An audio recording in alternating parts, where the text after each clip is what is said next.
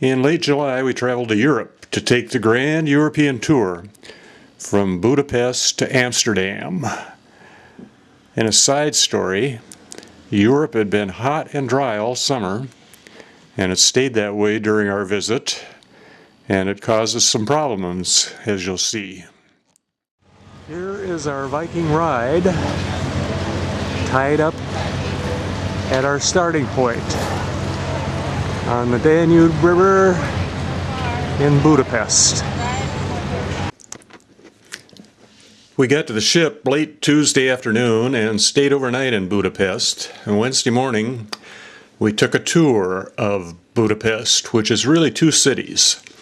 Buda, which is on one side of the river and is the old part of the city, and Pest on the other side of the river is the newer part.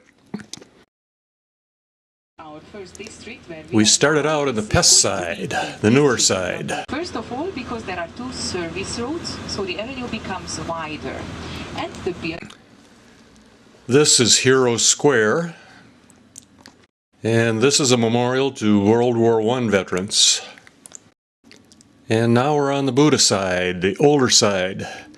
This is the Castle District. This is the Matthias Church.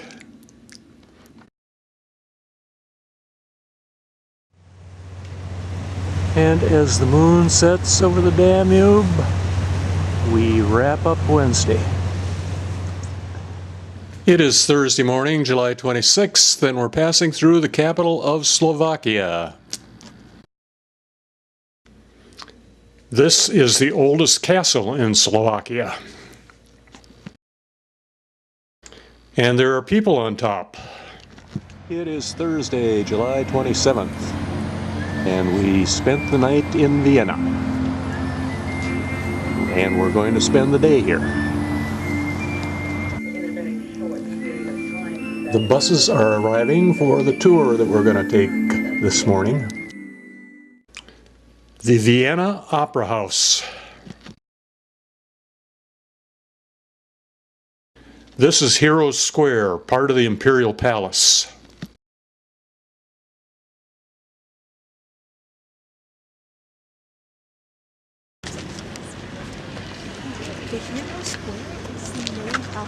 Natural History Museum.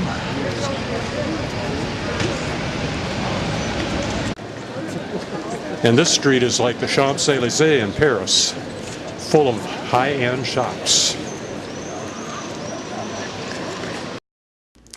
And around the corner was St. Stephen's Cathedral. It's Saturday, the 28th of July, and we're about to enter one of the prettiest stretches of the Danube. We are entering the Wachau Valley. The city wall is one of the entrance towers or entrance gates of the city. Somewhere on there are little stone rabbits. Castle on the rock. But the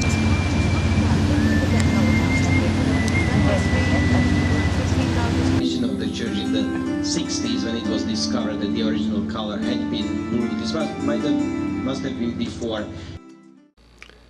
This is the riverfront in Passau, Bavaria.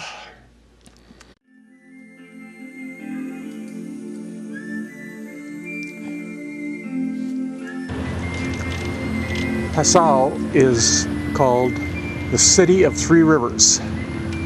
Flowing in over here is the Ilz, I-L-Z. We are sitting on the Danube.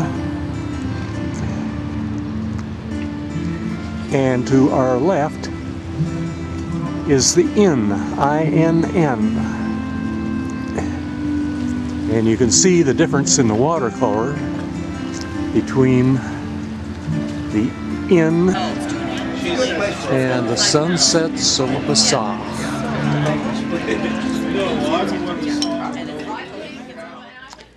We got some bad news in Passau.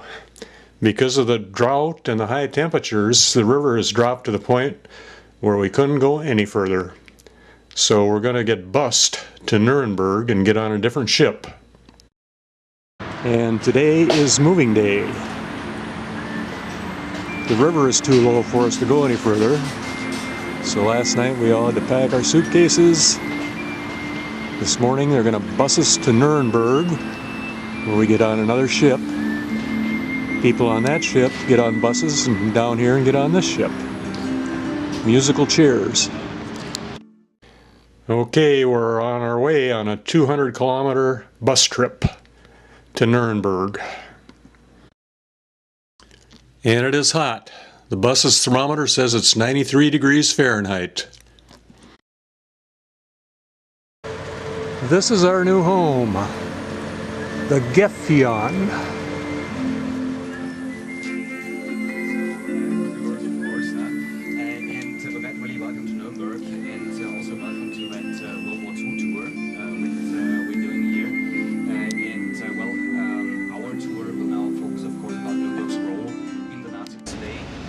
This is our tour guide, whose name I cannot remember. This is Congress Hall. Here's a little better view of Congress Hall. This is what remains of Zeppelin Field.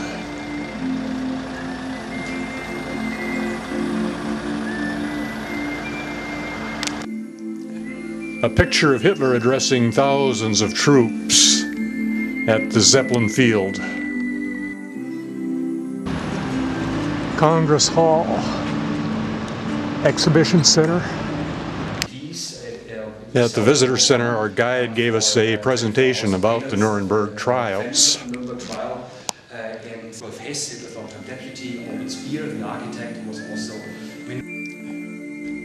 This is the courthouse, and the trial was held in the wing on the extreme right.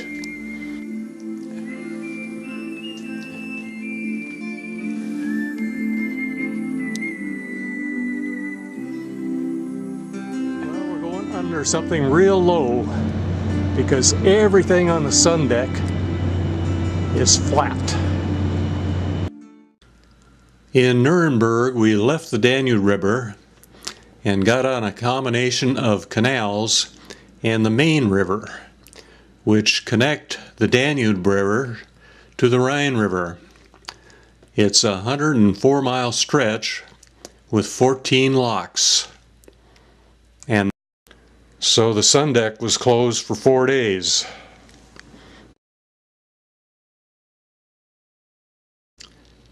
Outside of Bamberg, we visited the Seehof Palace, which was built in 1686 as a summer residence for the prince bishops. One man lived here for 1 month a year with 70 servants.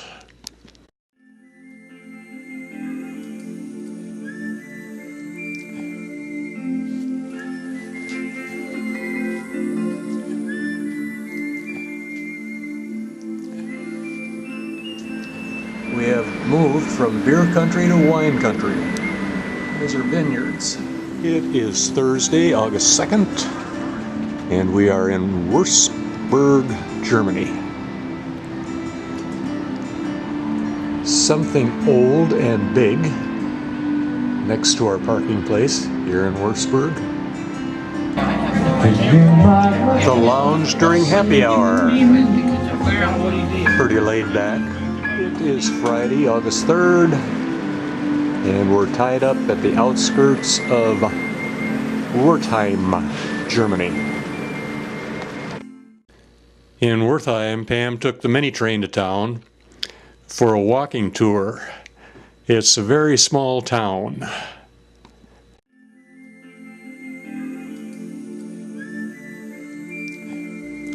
And this is called the Pointed Tower. And this is a half-timbered house on the right. There's a lot of those in this part of the country. Another low bridge. It is Saturday, August 4th. We are parked in a noisy place, waiting to go through the last lock on the main. Well, we are finally on the Rhine River, but not for long.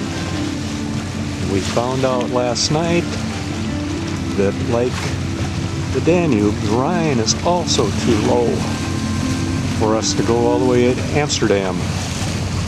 So we're getting off the bus on Monday and we'll finish the trip by bus and hotel. Some nice shacks along the Rhine.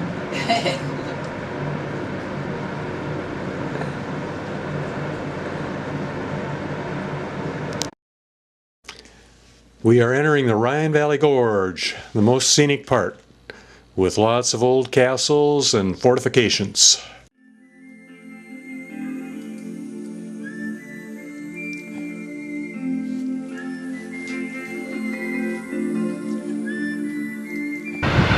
And yet another pretty little town with a railroad track right through it.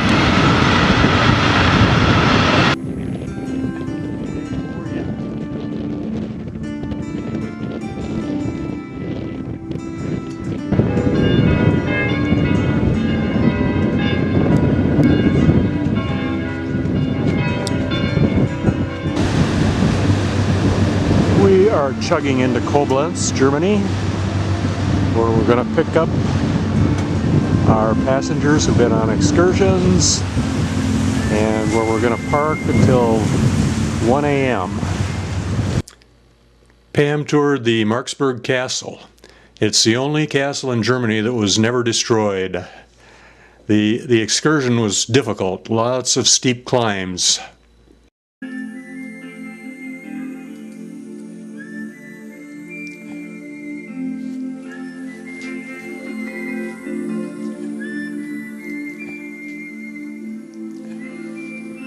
Cruised all the way through the city of Cologne and we're tied up on the downstream suburbs. Here's a scan of the skyline of Cologne.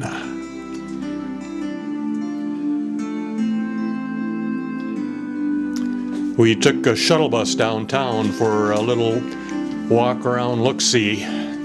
This is a Gothic cathedral that was started in 1248 and wasn't finally completed until 1880.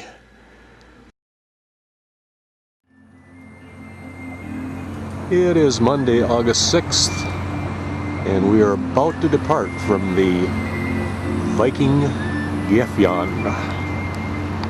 Well, we're starting out on a 230-kilometer bus ride.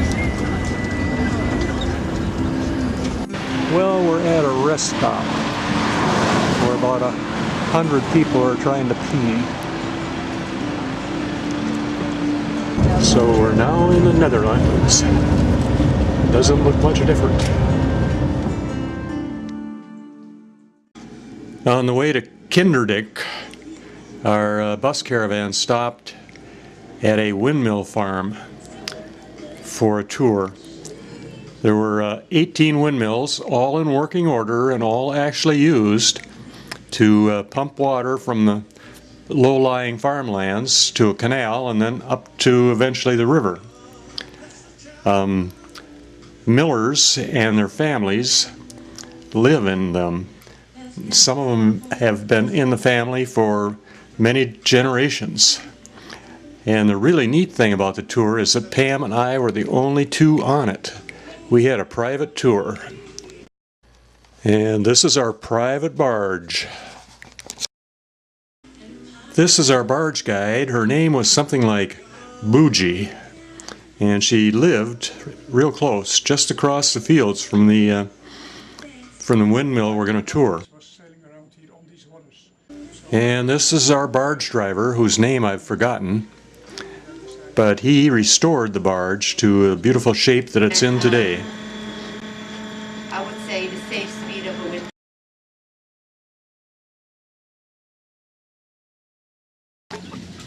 Here are a couple of Miller's kids trying to get us wet. They were smarter there with Jump! And this is the oldest mill on the site. It's been converted to a museum.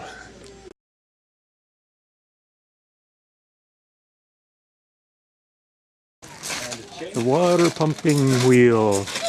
pulls the water up from the farmland and dumps it into the canal. This is the cogwheel that drives this big wheel that turns the water pump. And this is the living area. And this is the bedroom. That partially open drawer is a baby's crib. This is our museum guide, Art, who is a miller and lives in one of the windmills. And this is the kitchen, which was in a separate building. And we're finally entering Amsterdam. I'll get some shots from the bus. Lots of canals in Amsterdam.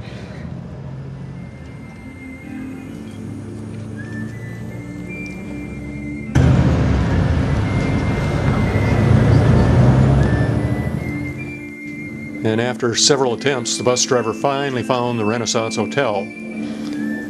It was a nice hotel, but the service in the bar and the restaurants was lousy. Not a good way to end the trip.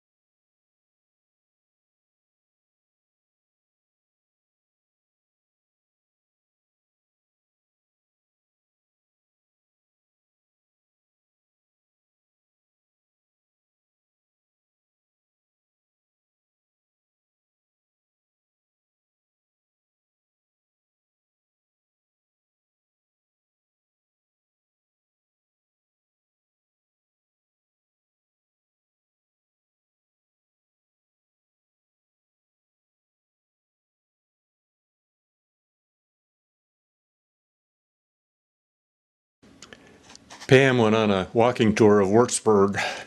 Here are some of her shots.